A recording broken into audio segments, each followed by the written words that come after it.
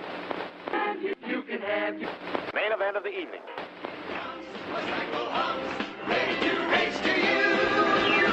These days are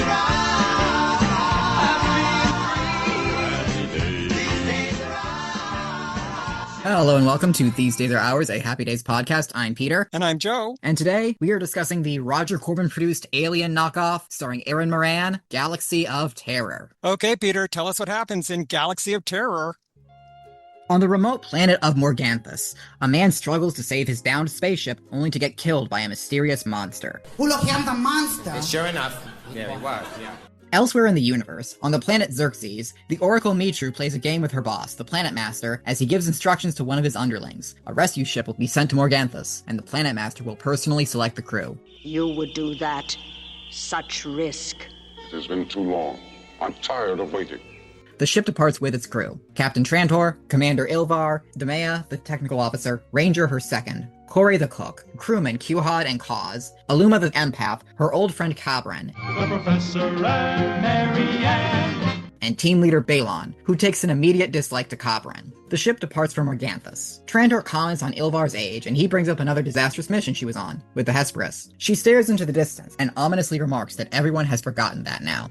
Yeah, if I hadn't kept on the move after that, I'd be an oxer and a breather bar by now.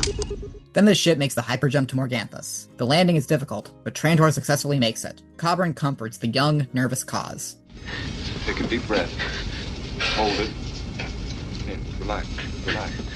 The crew departs the ship to search the foggy, murky planet for survivors. They arrive at the crashed ship, where they find a dead man hanging upside down from the ceiling. In the control room, the rest of the crew accidentally trigger an alarm, separated from the others. Kaz has a frightening encounter with a loose cable and keeps spotting something in the shadows, then runs through the hallway until he finds his co-workers. The team heads back out, despite Kaz being too terrified to explain himself or follow them. Once he's alone, tentacles suddenly grab him, and a hand shoves itself through his forehead and drags him away. The crew return to the ship with Kaz's body. There are still 4 people from the previous mission unaccounted for, and a section of the planet that they can't get a read on with their instruments. They have to go back out and investigate. They discover a massive pyramid.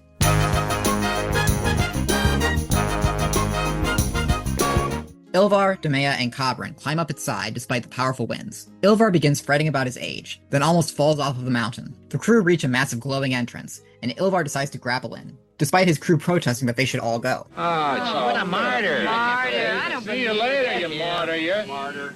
Ilvar is lowered in, and attacked by tentacles that suck out all his blood. Cabron is lowered in after him. Elsewhere, Aluma, Balon, and Quhad enter the pyramid through the ground entrance and reunite with their teammates inside. Aluma senses something nearby, but Balon insists that everyone follow him. We'll take that one. I want you each to follow me in 10-second intervals. Separated from the others, Quhad's shuriken suddenly flies into his arm. He's able to pull it out, but the broken tip starts traveling up under his skin. I've got you under my skin. Quhad cuts his arm off, only for his now severed appendage to grab the shuriken and kill him. Demea finds his body, arm already covered in maggots, and sets both body and arm ablaze. Demea tries to call the ship but can't get through, and then she's attacked, raped, and killed by a now huge maggot. Boy, this just ain't your day. Back on the ship, the weapons system has been manually overrode by Trantor, who is firing on an enemy in space only she can see. Where is it? The screen does not lie, Trantor. Listen to me. There is no attack. Cora tries to talk her down, but Trantor grabs a gun and runs out, suddenly bursting into flames. Ranger finds her charred body. Back in the pyramid, the rest of the crew find the now dead Demea. They return to the ship, where they reflect on being picked off one by one, and debate the best course of action. It's obvious there are no survivors from the Remus. Let's fix the ship and go home. Everyone but Aluma wants to go back to the pyramid. Even Kor insists on going along.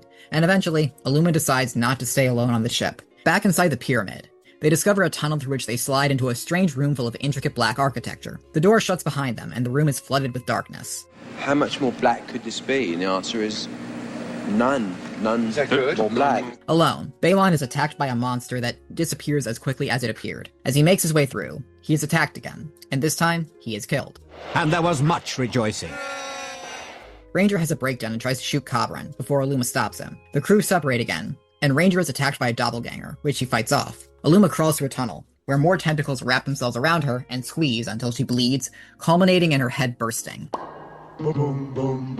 Cobran finds her mangled body and reunites with Ranger and Kor. Kor reveals himself as the Planet Master, who tells Cobran he showed admirable control over his fear and therefore won the game. The pyramid is a toy for children of an ancient alien race to teach them how to control their fear. He's unsympathetic to the rest of the dead crew. They could have lived, Cabrin. They could have chosen as you have chosen. Then Cobran has to fight his way through every monster that attacked his crew, and his dead crewmates. Once he returns to the Master, Cobran vows to kill him. But the Master says that the Master can't be killed, and now Cobran is the new Master. He could refuse to use the power, but to do so would plunge the planet into chaos. Cobran sets the old man ablaze, and his head begins to glow.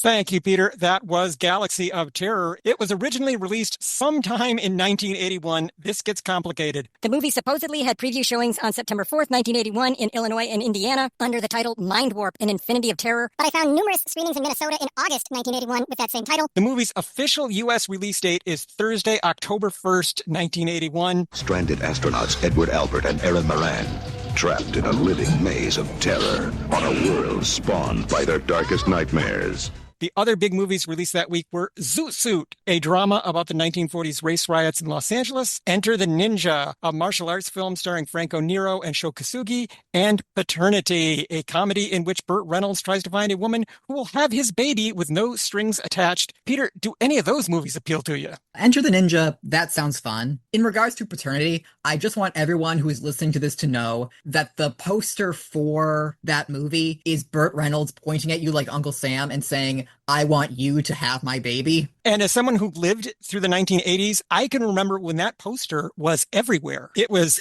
all over video stores and in movie theaters. It was inescapable for a while. That sounds a little bit terrifying.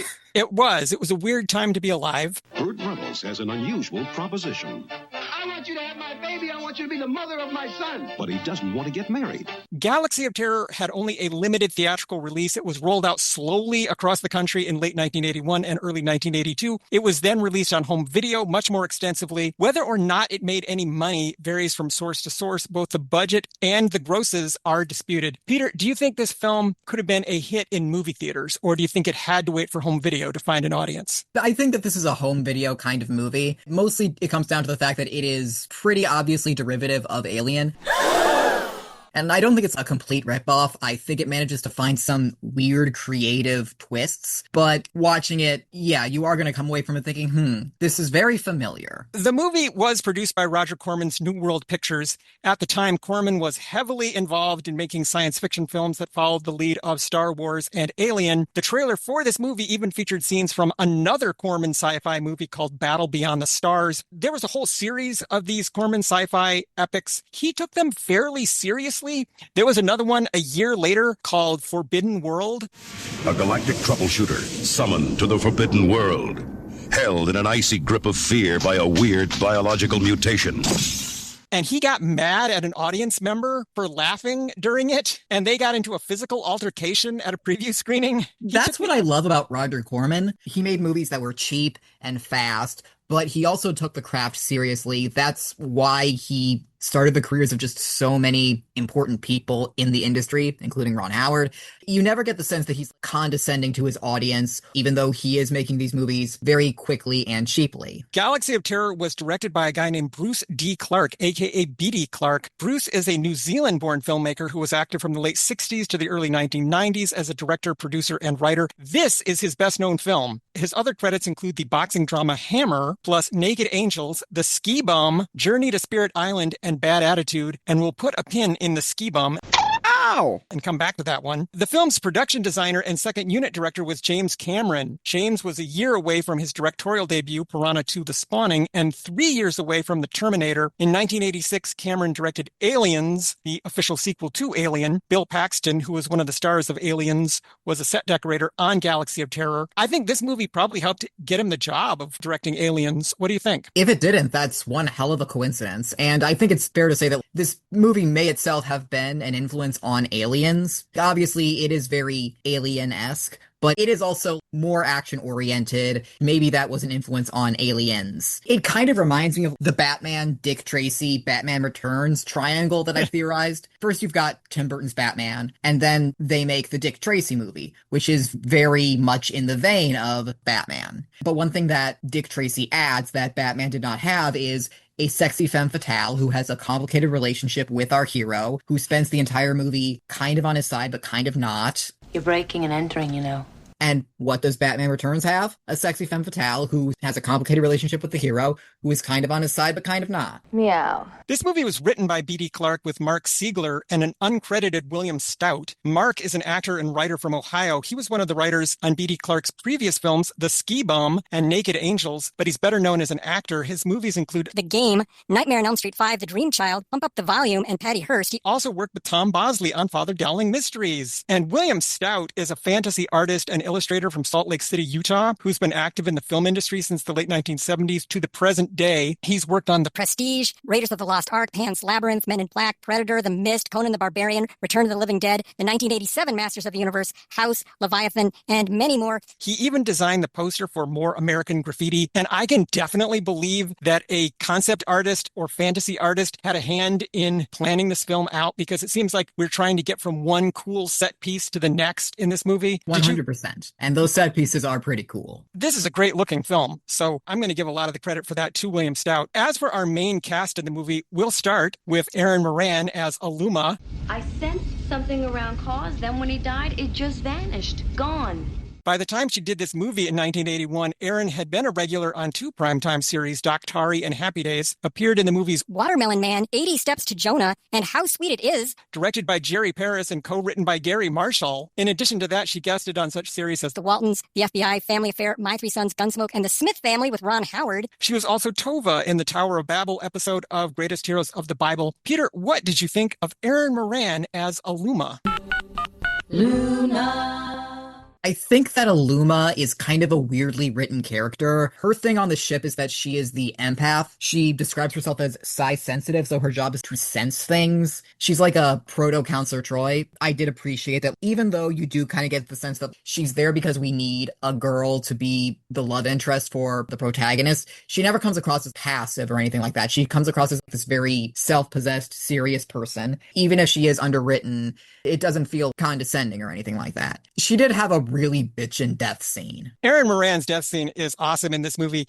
And then when she comes back after she dies and has one last scene, that one is awesome as well. There's sort of a final boss battle at the end of this movie, and she comes back for that. Yes. I think Erin is effective and impressive in this movie. She looks great. She seems very strong and imposing a lot of the times. She's shot in a very empowering way throughout this film. She's never portrayed as weak or wimpy. Her character is underdeveloped, and all that psi-sensitive stuff isn't really developed to the point where I could understand what she's supposed to be doing on this mission. You would think the fact that she's an empath would have more bearing on the plot, considering the reveal that the pyramid is some kind of advanced technology indistinguishable from magic that's meant to test your fear. But no, those two things ultimately do not connect at all. Well, she didn't empath her way out of that one. We also have Edward Albert as Cabron. You wanted me to kill you, and I have. Edward Albert was a Los Angeles-born actor who worked in film and television from the 1960s to the 2000s. He's the son of Green Acre star Eddie Albert. The Chores. His best-known movies include Butterflies Are Free, co-starring Goldie Hawn, and Midway. His TV credits include Murder, She Wrote, Deep Space Nine, and The Love Boat. Very sadly, Edward died of lung cancer at the age of 55 in 2006. Peter, what did you think of Edward Albert as Cabron? He has an incredible 70s mustache. That is the last vestige of the 70s on his face. I loved it. He is a bit generic in terms of a protagonist, but I did like the part where he said that he's too afraid to be scared. And that's foreshadowing why he's ultimately the one to save the day and become the new planet master. If you compare him to the protagonist of Alien, Ripley, it doesn't really feel as earned that he's the guy who survived. He's the final boy. It seems like most of the other crew members are given personalities, and he is not. But I think Edward Albert is there to be handsome and authoritative, and he does that pretty well. At the end of the movie, I wanted him to ask the previous master a bunch of questions about being a master. Like, so I'm the new master, what does that pay? What are the hours? The old master would be like, well, the hours are all the time and the pay is nothing. Oh, great. And, are there benefits? Is there a break room or what? Do I spend all my time in this pyramid or something? Well, no, you can go play video games with this old witch lady occasionally. Oh, great. We now move on to Bernard Behrens as Commander Ilvar. Ilvar, mission commander. Welcome, Captain.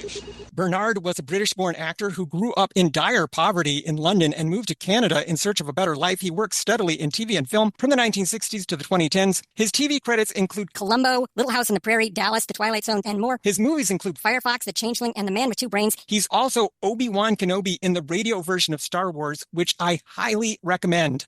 There was nothing you could have done, Luke. If you'd been there, you'd have been killed as well. Bernard died in 2012. He was 85. Peter, any thoughts on Bernard Behrens as Commander Ilvar? Most of the cast, I would say, have one or two personality traits. That's their thing. That's their hook before they inevitably get murdered. Ilvar's thing is that he's getting older. He's probably the oldest person in the cast aside from Kor, and he cares about his crew, but he's also insecure about his age, and he wants to prove himself, and it doesn't end well for him. And I think that he does that very, very well. He comes across as very likable and fatherly. So yeah, it is a little bit sad when he dies. I was a little sad when he died. I thought Bernard Behrens gave a very convincing performance as this aging commander who maybe feels that his time is up. There's not a lot to say about this character because he is dispatched so quickly. We now move on to Ray Walston as Kor. You are the master.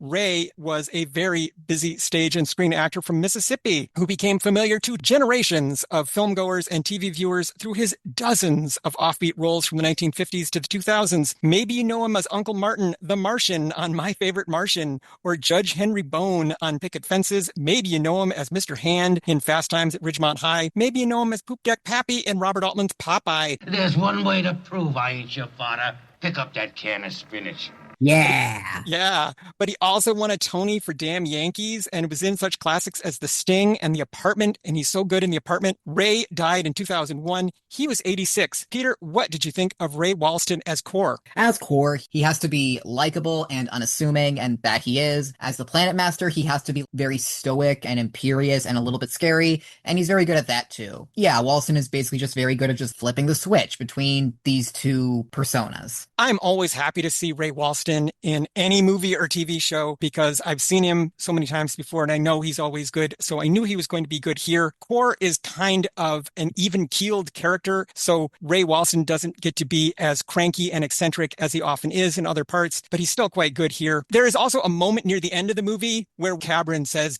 "Damn you, Kor! Damn you, Kor!" I think this was several years before William Shatner yelled Khan. The true test of any actor is their ability to convincingly deliver science fiction bullshit. Yeah, Ray Walston does a great job of that at the end. Oh, this movie has so much sci-fi meaningless jargon in it. Yes, and the characters all have absolutely baffling names, some of which I'm pretty sure I mangled during my summary. I gave up on trying to pronounce the names a long time ago. And speaking of which, we move on to Zalman King as Balon. The fact of the matter is we don't know any more now than when we started, except that the Remus wasn't safe, either were we. A prolific actor and filmmaker from New Jersey, Zalman got his start on television in the 60s and 70s, appearing on everything from The Munsters to Bonanza and Gunsmoke. He was also the title character in B.D. Clark's The Ski Bum, which, despite its title, is a rather sober drama. It's available on YouTube if you want it. But Zalman's real claim to fame was directing and producing softcore erotica. From the 1980s to the 2010s, he was practically a brand name thanks to movies like Delta of Venus, 9.5 Weeks, Two Moon Junction, Wild Orchid, and the TV series The Red Shoe Diaries. Zalman died in 2012. He was 70. Peter, any thoughts on Zalman King as Balon? Balon is also kind of underdeveloped. When he's introduced, he's kind of jealous when he sees Cabron and Aluma together, and he takes this immediate dislike to Cabron, but it doesn't really go anywhere. He's just kind of there. Well, I thought of it this way. In every movie I've ever seen where there's a small group of people in a very dangerous situation where they're being attacked on all sides and they need to band together, there's always one person in the group who has to be a complete dingus from the beginning to end and make it kind of worse for everybody. And in this movie, that's Balon's thing. He's always in a bad mood and always grousing at the other characters. And I was not sorry to see him go, even though it was kind of cool to see Zalman King in this movie. And I kept thinking that he looked a lot like Horshack or Screech. Oh man, yeah, he does kind of have their hair. Were you familiar with the kinds of movies and TV shows Zalman King was making in the 80s and 90s? David Duchovny was on the Red Shoe Diaries, wasn't he? He was. That was one of David Duchovny's first big things. Thank you for that, Zalman King. We move on to Jack Blessing as Kaz. Jack was a Baltimore actor who was a familiar presence in TV and movies from the late 1970s to the 2010s. He's probably best known as a regular on Moonlighting. That's where I knew him from. In addition to acting in Talladega Nights and The X-Files, Jack did lots of ADR and voice work in movies like Borat, the Hunger Games series, the Shrek series, Kung Fu Panda 2, Megamind, Rango, and many more. His voice credits number in the thousands. Jack died of pancreatic cancer at just 66 in 2017. Peter, any thoughts on Jack Blessing as Kaz? Kaz's thing is that he's the youngest. He has amazing late 70s, early 80s hair. He's kind of scared of everything. I'm not really sure how he got this job, but I guess the Planet Master chose him for a reason, and the reason was to die. Well, I have a theory about that. I think that when the Planet Master chose the people for this mission, he was kind of cleaning house. He was like, who are some expendable people that I can get rid of? Who do we not need on the payroll anymore? And he was like, Balon and Ilvar and Kaz. We can get rid of those guys. But wasn't he also trying to find someone to kill him and become the new Planet Master? Well, yeah. I mean, you throw in a couple of good people that you think might pass the test. The weirdest thing about Kaz is that he's panicky from the moment that we meet him. Way before they're in any kind of danger, he's already sort of on edge. Stop playing! Y'all know I'm on edge! Yeah, he gets the jump scare with the cable. We move on to Robert Englund as Ranger. You watch out for him. Robert is a character actor from California who was still 3 years away from his signature role as Freddy Krueger in Wes Craven's A Nightmare on Elm Street, but he had been appearing in films since the mid-1970s, including Stay Hungry and Eaten Alive. He was also doing some TV work, including guest appearances on Soap, Policewoman, Chips, Charlie's Angels, and Flow. He has worked almost constantly since the 1980s and now has many dozens of film and TV credits. But what did you think of Robert Englund in this movie? Ranger is a lot of fun. Once everybody starts getting killed, he gets to be like the loose cannon, but who is also simultaneously one of the more competent people. So good for him. Robert Englund gives one of the more entertaining and lively performances in this film, especially when Ranger splits into good and evil versions of himself. And the evil version of Ranger gives us a little preview of what Freddy Krueger is going to be like. So I liked all the scenes where Ranger was fighting himself. And there are some very effective split screen shots, but there are also some shots where they try to use a body double. And I thought that the body double looked a little bit more like Marv from Home Alone movies. Wow, what a hole. I was not quite convinced sometimes during those fight scenes. We now move on to Taffy O'Connell as Damea. Tech check complete. Main hatch is closed. Taffy is an actress from Rhode Island who worked steadily in TV and film in the 70s and 80s, but then sporadically after that, shifting her career focus to publishing. She was born into a wealthy family, but decided to pursue an acting career anyway. She was a regular on Blansky's Beauties. She's one of the Blansky's Beauties. And played, wow. I'm Hillary Prentice, and I'm definitely not ditzy. And played 2 separate characters on Happy Days. You could have also seen her on Chips, Beretta, Starsky and Hutch, Knight Rider, Three's Company, Dallas, The Incredible Hulk, and many more. Her other movies include Rocky II and The Change-Up. Peter, any thoughts on Taffy O'Connell as Damea? I was going to say that I appreciate that of the 3 women in the main cast, they are portrayed as competent professional women in positions of authority, but also Damea has a very disturbing scene where she is specifically raped by the giant maggot before it kills her. That's really gross and exploitative, and you could have just had the maggot kill her. You didn't have to do that too. Well, Roger Corman definitely wanted some nudity in this film, and it was Taffy O'Connell's job to provide it in this very disturbing scene. And when she comes back at the end of the movie, she's still naked and covered in slime. Like, she didn't even towel off after the assault scene. She's still in pretty bad shape. At least let her get cleaned up a little bit for the big finale. But no, she's brought back to do it again. In her defense, Taffy O'Connell has a sense of humor about this movie. She will occasionally appear at conventions and talk about it, so she doesn't have bad memories of being in it. Oh yeah, I'm glad that she had a good time making it, and I think that it's really gutsy to do that kind of scene. But I don't think the filmmakers entirely thought that through, and it just leaves a bad taste in one's mouth. Our next cast member is the legendary Sid Haig as Quhad. I live and I die by the crystals. from the 1960s to the 2010s, this Fresno-born actor was one of the most distinctive and beloved performers in cult and exploitation cinema. Even before his breakthrough role in the movie Spider Baby, he popped up on classic shows like Batman, The Untouchables, and The Lucy Show. And he never stopped working in film and TV after that. He was a favorite of numerous directors, including Jack Hill, Quentin Tarantino, and Rob Zombie. In fact, his work in the Rob Zombie movies brought him a whole new level of fame late in his career. I'll tell you what, Ski King. Why don't you just take your mama home some chicken, and then I won't have to stuff my boot all up in your ass. Film fans like me were sad to see him go in 2019. He was 80. Peter, any thoughts on Sid Haig as Q-Hod? Q-Hod doesn't really have much else to do other than look cool and throw shurikens, and by God does he do his job. And again, he has a really awesome death scene, even if it does lead right into the DeMea scene. When people talk about this movie, his death scene and Taffy O'Connell's death scene are two of the scenes that people remember the most from this. Supposedly, Sid Haig did not like the dialogue he was given in the script, which is why his character says only one line in the entire movie. That is so boss. For the most part, Sid Haig is performing this role in pantomime. What if I don't have any lines? I'll play the part mute. And our last cast member that I'm going to talk about is Grace Zabriskie as Captain Trantor. Ranger, why don't you get your butt down here and eat, boy?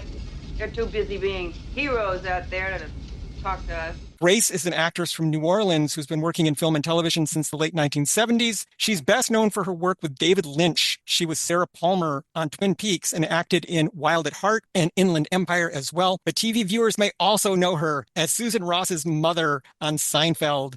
If I had a dime for every book he's actually read, I'd be broke. She's very funny on that show. She's also in the movies Armageddon, Gone in 60 Seconds, Child's Play 2, My Own Private Idaho, The Grudge, and many more. Peter, any thoughts on Grace Zabriskie as Captain Trantor? Captain Trantor is a really cool character that I feel like they could have dug into more. Her thing is that she was the only survivor of a massacre on her ship. She flew it back alone, and now she's traumatized and also barely trying to hold it together. And I feel like she is traumatized in a way that we usually see reserved for male characters. She's this very stoic, serious character. She gets a lot of really great staring moments, and I kind of wish that she had been a little bit more central to the movie. But I did really like the scene where Cor is talking to her about the hallucination she's having and telling her it's not really there. And it's a great scene because he comes across as kind of comforting, but also just a little bit off in that moment. And it's really good foreshadowing for his big reveal. I like to think that he was kind of hoping that she was going to be the one to kill him and become the new Planet Master. I didn't even notice that scene until the second time I watched this movie. Then that conversation really stood out. One thing I really admired about Grace Zabriskie's performance is that it is so intense from the first moment we meet her. She has this very intense look on her face, and she can just stare right through you with those eyes of hers. And what it emphasizes is that this mission was in chaos before they left. Everyone seems panicked from the moment they leave. But Captain, no one's prepared. They've got 30 seconds to get prepared.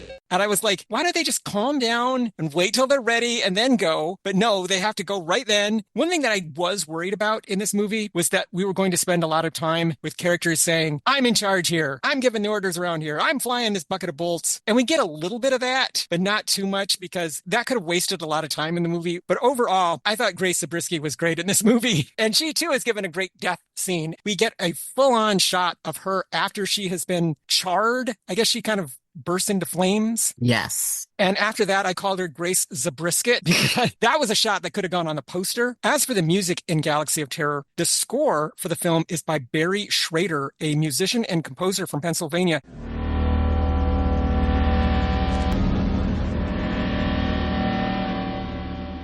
He is recognized as a pioneer in the electronic music world, but this is Barry's only mainstream feature film. His other movie credits are experimental art films like Exploratorium and Heavy Light. He was brought into this project due to his previous collaborations with B.D. Clark. Peter, what did you think about the music in Galaxy of Terror? The score is great. It's very moody, it's very atmospheric, and the fact that it is synthy does help convey this is the future. I thought the score for the film was one of the strongest aspects, and sure enough, This score has been released as an album on its own, and you can get it.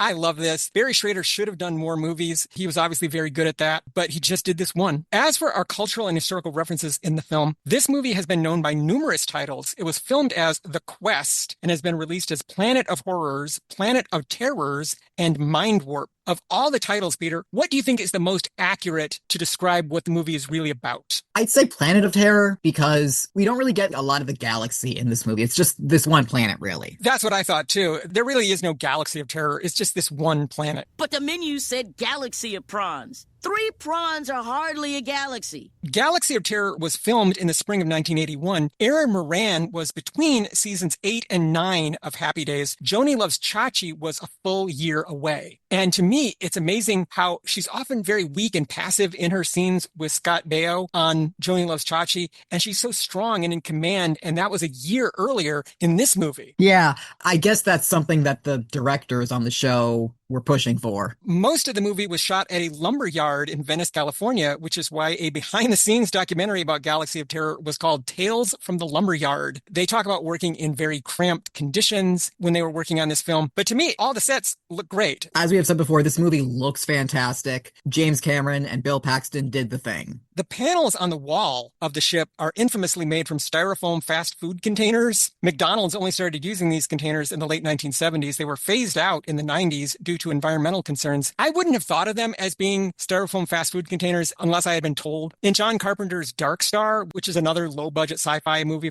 supposedly those are ice cube trays on the walls of the ship. Nice. You just need some technological-looking stuff on your walls. And as Mystery Science Theater 3000 and Alien and this movie have all told us, the future is hexagonal hallways. Hallways will no longer be square. They will be hexagons. As soon as that not-too-distant future comes. Captain Trantor's previous ship was the Hesperus. Since the Hesperus, if I'm not mistaken. Hesperus. Yes. Everyone's forgotten now. Well, Hesperus is a figure from Greek mythology, the personification of the planet Venus, or the evening star. The movie is probably referring to The Wreck of the Hesperus, a narrative poem by Henry Wadsworth Longfellow from 1842. It tells the tragic story of a skipper who ignores a warning and steers his ship into a hurricane. Let's steer heedlessly towards it. Heedlessly it is. Losing his life and the life of his daughter and his crew in the process. Well, Longfellow was inspired by some real-life maritime tragedies. The Wreck of the Hesperus is fictional. And I thought it was a little on the nose for Captain Trantor's previous ship to be called the Hesperus. But what did you think? I think that if you name your spaceship the Hesperus, you're kind of courting disaster. It would be like naming it the Titanic or the Edmund Fitzgerald. You can't be that surprised when it crashes. Yeah, what were they hoping for when they named their ship the Hesperus? The crashed spaceship is called the Remus, and Ray Walston says he was weapons systems coordinator on the Romulus. Romulus and Remus are figures in Roman mythology. Separated from their mother at birth due to some royal intrigue, they were protected by a she-wolf, adopted by a human family, and later went on to found the city of Rome. Unfortunately, they disagreed about where the city should be built. Romulus famously killed Remus and then became the first king of Rome. This movie throws a lot of mythological references our way. I'm sure there's more. Did you pick up on more? Yeah, I kind of started tuning them out after a certain point. Yeah, they're just sort of using them, Xerxes and stuff. I didn't look all of them up because I didn't think they were relevant. Is Morganthus an actual reference to anything, or is it just a sci-fi sounding name? I think it's just a sci-fi sounding name. But I want to know, what is that video game that the master is playing at the beginning of the movie? Is that like an Atari game from 1981 or something? Out here we entertain ourselves at home, so we got an Atari video game. There's so many different games to play.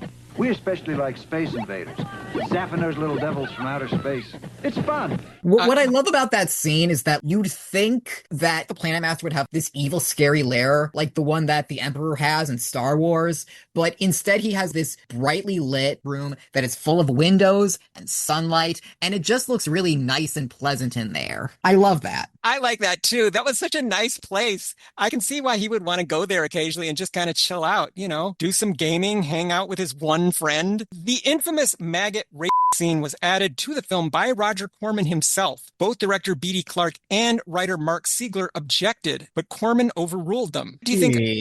What do you think about that decision? Why do you think he thought this was such an important addition to the movie? It is memorable. It is the sort of thing you remember after you see it. This was 1981. I can see why it would seem like more acceptable back then when people were not taking rape as seriously as we try to now. But yeah, Roger, I can't defend this. So, Peter, were there any outstanding Roger Corman fashions in Galaxy of Terror? When they're on the planet, everyone is wearing these jumpsuits with these techie backpack things that kind of make them look like Ghostbusters, except this movie came out first. So clearly this movie was extremely influential. Jumpsuits are the future. And one of my favorite things about the backpack is that there's a moment when Cabrin leans in to kiss Aluma and the lights on her backpack light up at that exact second.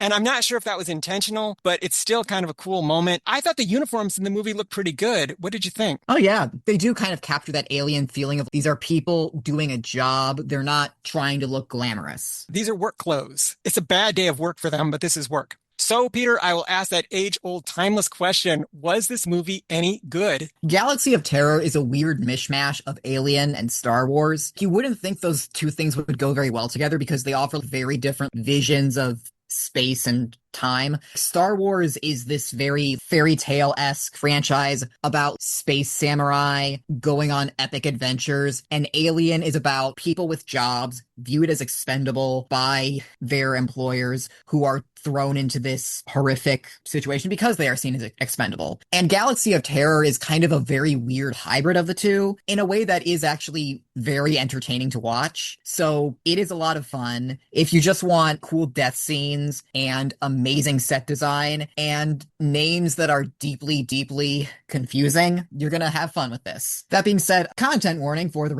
scene that, yeah.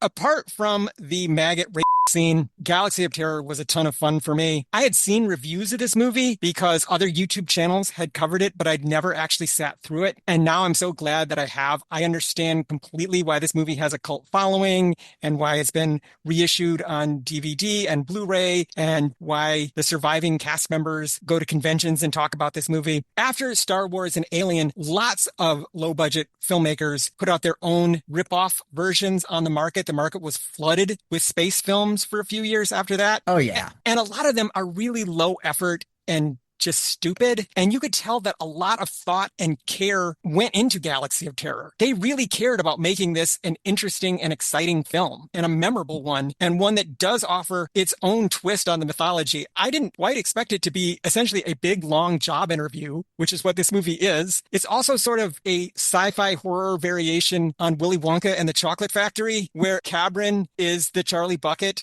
who gets the job at the end. I will say that I feel like they could have done more with the fear angle. I think that if we knew a bit more about the characters and the deaths were more tailored towards their specific things that we knew about them, like in Charlie and the Chocolate Factory, it would be more satisfying. That was one objection I had to the movie. The characters are supposed to be attacked by their own fears, but it didn't seem like these would be the specific fears that they would have. I don't think Robert Englund was thinking, boy, I sure hope I never have to fight a clone of myself. Or Sid Haig was thinking, I hope my arm doesn't get chopped off or something and attack me. That wasn't their fear. Grace Zabriskie was like, I'll never spontaneously combust.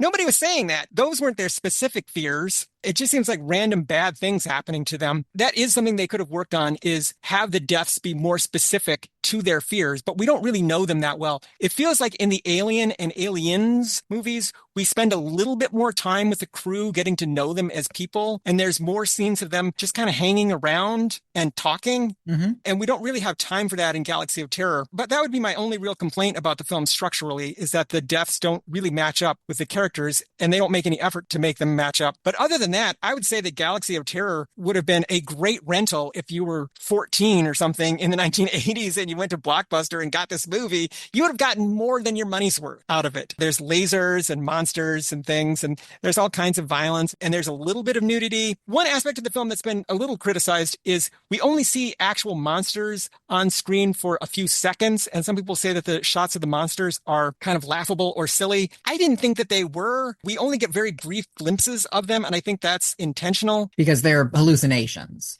Yeah, so I didn't have any problem with that. In fact, I thought the look of the movie was actually pretty great. This movie took me back to a time when there were more practical effects and model work and matte paintings instead of everything being CGI. It was just nice seeing a movie that wasn't just 2 hours of CGI. So all in all, I really enjoyed Galaxy of Terror. And I would have watched Galaxy of Terror too, if there had been one. Although I don't know what that would have been, because almost everybody's dead by the end of the movie. So, Peter, how can people keep up with us and find out about all the wonderful things that we are doing? Listeners can follow us on thesedaysArehours.libsyn.com. And they can email us with questions, comments, and concerns at thesedaysarhourspodcast@gmail.com. Now, the next time we get together, Peter, we have to talk about something that we should have talked about a long time ago. In 1974, the very year that Happy Days became a series, Paramount put Tom Bosley and Marion Ross into an educational film about the evils of smoking. And they filmed it on the set of The Brady Bunch. And they called it Let's Call It Quits. What on earth are you doing? I'm quitting smoking. What do you think I'm doing? I am so excited. I'm excited too. So see you later, alligator. Been a while, crocodile.